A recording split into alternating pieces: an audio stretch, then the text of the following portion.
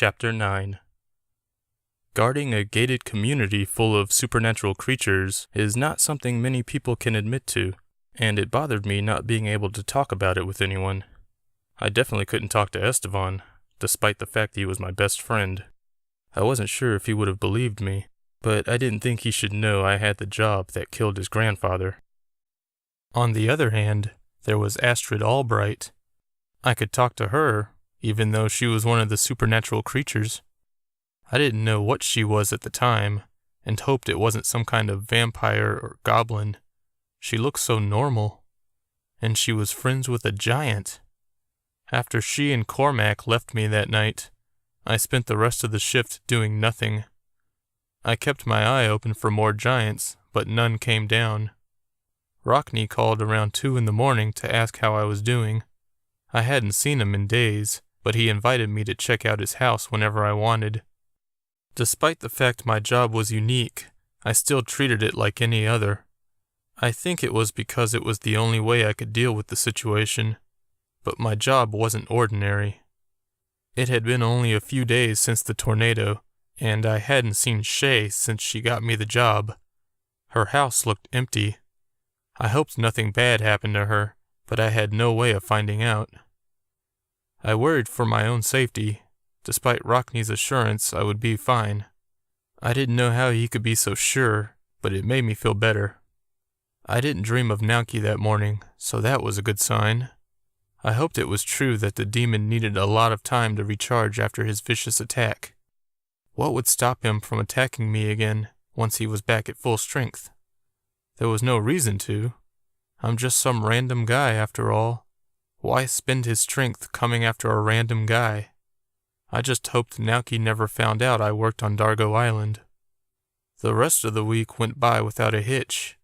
Cormac visited Astrid a few more times, and after a while I got used to seeing the giant emerge from the darkness. I finally met Champagne Dubois, who was much older than me, and had such a deep tan that I wondered if she'd taken a vacation on the sun. Her hair was snow white, and she dressed as if she were a teenager. I think she hit on me when she drove up to the gate, but I wasn't sure. Victor Stonecrusher, the macho dwarf, came through as well. He was much shorter than my 5'9" and extremely buff. He wore a tank top, his round shoulders bigger than my head. I didn't know how old he was, but he looked like the dwarves I saw in movies. On my first day off, I traveled to the island for a party at Rockney's. Virgil let Helen and me through the gate, and she dropped me off at the house. It was after 7 in the evening, and the sun was already setting. There were quite a few people there, but I didn't see Astrid. Not that I came to the party just to see her, of course. Most of the partygoers were natives of the island.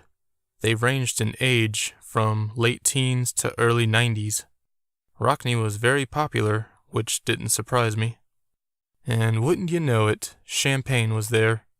I was grabbing a soda from the fridge when she approached me. "Hey, Sugar Belle," she greeted. She always called me Sugar something. The day we met, she called me Sugar Cat. "Hello, Mrs. Dubois." "It's Miss Dubois, and call me Champagne." I nodded. "May I ask you a question, Champagne?" She leaned against the fridge. "Sure thing, Sugar Monkey." "What are you? I mean, I know everyone in the village is supernatural." "I don't mind you asking. I can read and affect emotions." "That's a neat power," I said, slightly impressed. "Not very useful, though Rockney has been picking my brain about it lately. He's a kind man. I was born this way, however, so there's nothing I can do about it." "I hear ya." She winked. "You're a doll." "A sugar doll?" She burst into laughter. "That was a good one." "Does everyone here have powers?" I indicated the other partygoers. "Some. The natives are just regular humans. They allowed us to live here decades ago. Has anyone told you the island's history?" "No, ma'am." Perhaps I'll tell you later. She winked and joined a group near a pool table. I looked around for Astrid again. I saw Rockney outside, talking with an older woman by a treehouse in the backyard. Since I was just standing in the kitchen, by myself, I decided to go out and join the host. Dr. DeBelko, he greeted me. He looked back and forth between his friend and me. This is my sister Florence. I shook her hand. Her hair was sky blue and puffy. She was very pretty, and her smile made her green eyes twinkle. Something about her struck me as familiar. How are you adjusting to life on the island, Doctor? She asked me. It's interesting. I met a giant on my first night. Cormac. He's quite a character, Rockney said as he looked at his sister. He and I have spoken a few times. Well, I've spoken to him and he's listened. He doesn't talk much, you may have noticed. I think he and Astrid are practically dating.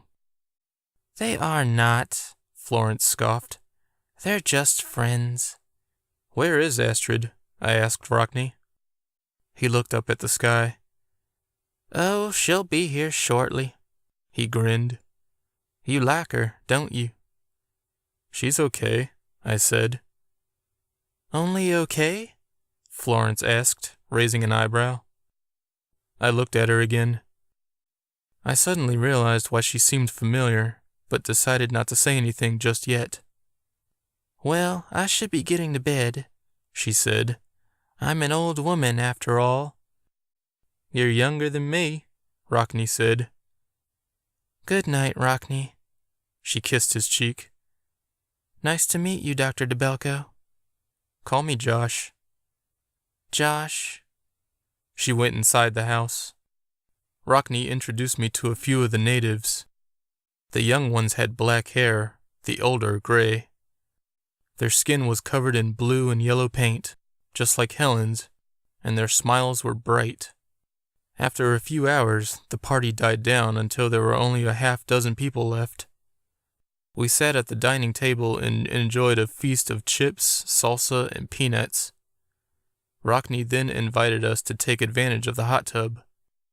It's enchanted, he told us, though I had a feeling everyone already knew that. Enchanted how? I asked him. Hop in and find out. I didn't bring my swimsuit, but the shorts I was wearing had doubled for swimwear once before. Sorry I'm late, a female voice said behind me. I knew it was Astrid before I saw her. Take a seat, dear, Rockney said. Astrid sat next to me. Rockney, Champagne said, you must tell Josh about the Dargonians. Fabulous idea.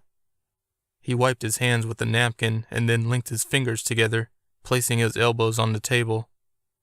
The 4 remaining Dargonians around the table smiled.